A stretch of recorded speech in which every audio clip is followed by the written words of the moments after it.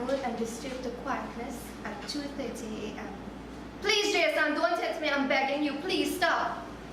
I opened my door to see my dear friend Kate, pinned underneath her husband Jason, his clothes thrown on the staircase, Kate screaming for help underneath him as he punched his fist into her face and takes advantage of her sexually.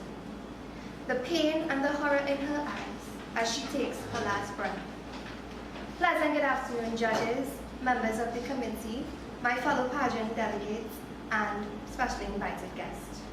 I am Samantha Rampasa, Miss Enterprise, and today I'll be speaking to you about domestic abuse, its causes, and how it affects society.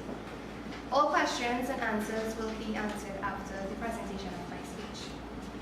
What is domestic abuse? Anybody can tell me? Someone? Okay. Domestic abuse is the willful intimidation, physical assault, battery, sexual assault, and other abusive behavior as part of a systematic pattern of power and control perpetrated by one intimate partner to another. It is not always easy to determine in the early stages of a relationship if one person will become abusive. Domestic violence intensifies over time.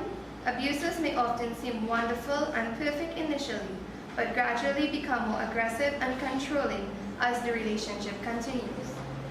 Abuse may begin with behaviors that may easily be dismissed or downplayed, such as name-calling, threats, possessiveness, or distrust. Recent global figures by the World Health Organization indicated that 30% of women have been in a relationship that may have experienced some form of physical or sexual abuse.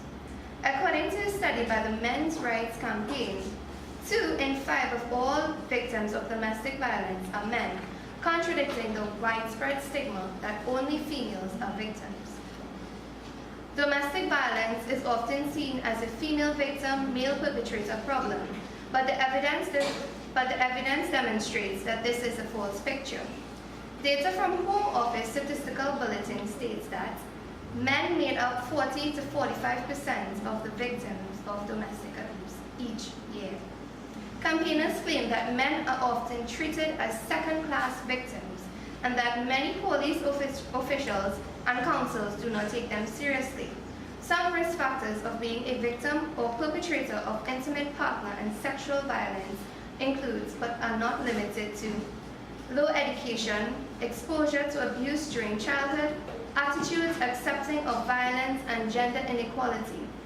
Family violence and domestic abuse have a significant impact on the lives of women and children. In a study of the Journal of American Association found that women who reported experiencing domestic abuse had an associated higher lifetime prevalence of mental health disorders and dysfunctions. Children may develop behavioral or emotional difficulties. Their responses may vary from aggression to withdrawal. I propose the following be done to help alleviate the severe problems of domestic abuse. The laws associated with domestic abuse should be properly enforced by the relevant authorities. They should deal with all cases of domestic abuse objectively and not based on the victim's gender. The public should also be more sensitive and educated about domestic abuse. They should be more helpful in these cases and stop discriminating or making fun of the victims, regardless of their gender as well. Domestic abuse is a serious problem. We all have a part to play in ending it. If you know someone that's a victim of domestic abuse, if you are a victim, please, I urge you, don't be broken-hearted. Break the silence. Speak up. Seek help. You can save someone's life.